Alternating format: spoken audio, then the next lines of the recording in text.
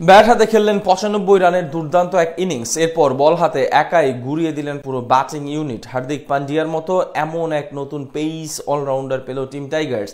দুই বিভাগে ধারাবাহিক নৈপুণ্য দেখিয়ে মাত্র ১৯ বছর বয়সে বড় স্বপ্ন দেখাতে শুরু করেছেন ভক্তদের। একক অবদানে দলকে করালেন চ্যাম্পিয়ন। হার্দিক পান্ডিয়ার মতো বাংলাদেশ দলে আসতে যাওয়া নতুন এই অলরাউন্ডার কে? বিস্তারিত রিপোর্টে। সাকিব আল হাসান থেকে শুরু করে মেহেদী হাসান মিরাজ কিংবা তাদের আগে মোহাম্মদ রফিক, স্পিন অলরাউন্ডারের দিক থেকে বরাবরই এগিয়ে বাংলাদেশ দল। কিন্তু ঠিক এর বিপরীত চিত্র পেস অলরাউন্ডারদের ক্ষেত্রে।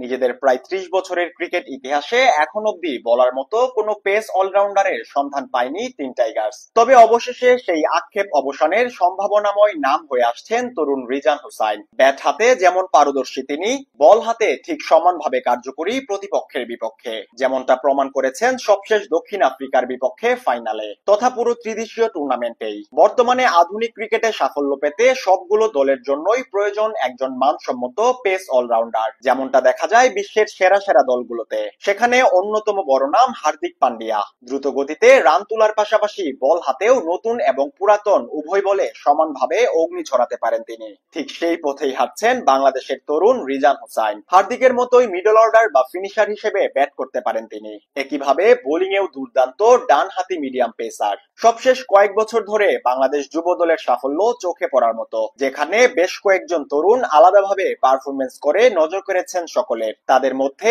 একজন রিজান হোসাইন। গেল রবিবার জিম্বাবুয়ের মাটিতে দক্ষিণ আফ্রিকার বিপক্ষে ত্রিদেশীয় সিরিজের ফাইনালে মুখোমুখি হয় বাংলাদেশ। আগে ব্যাট করতে নেমে মাত্র ৬৫ রানে ৩ উইকেট হারিয়ে কঠিন বিপাকে পড়েছিল টিম টাইগার্স। সেখান থেকে দলের হাল ধরেন রিজান। দুর্দান্ত ব্যাটিং করে তুলোধুনা করতে থাকেন প্রতিপক্ষ বোলারদের। এদিন ব্যাট হাতে খেলেন ৯৬ বলে ৯৫ রানের দুর্দান্ত এক ইনিংস। এরপর বল করতে এসে সমানভাবে অবদান রাখেন দলের জন্য। একে একে তুলে নেন ৫ উইকেট। তার ফাইফারের উপর ভর করে ম্যাচ জিতে নেয় বাংলাদেশ। পুরো টুর্নামেন্টেই অসাধারণ ছিলেন রিজান। ৭ ম্যাচ খেলে প্রায় ৩০-এর উপরে ব্যাটিং গড়ে ১৮২ রান করেছেন তিনি। পাশাপাশি বল হাতে নিয়েছেন ১০ উইকেট। ইকোনমি রেট ছিল ৫-এর নিচে। এখান থেকেই পরিষ্কার কতটা ধারাবাহিক এই অলরাউন্ডার। রিজানের বোলিং অ্যাকশন সরল, কিন্তু গতি ও মুভমেন্টে রয়েছে বেশ চমক। মিডিয়াম পেসে ভেরিয়েশন আনতে পারেন দারুণভাবে।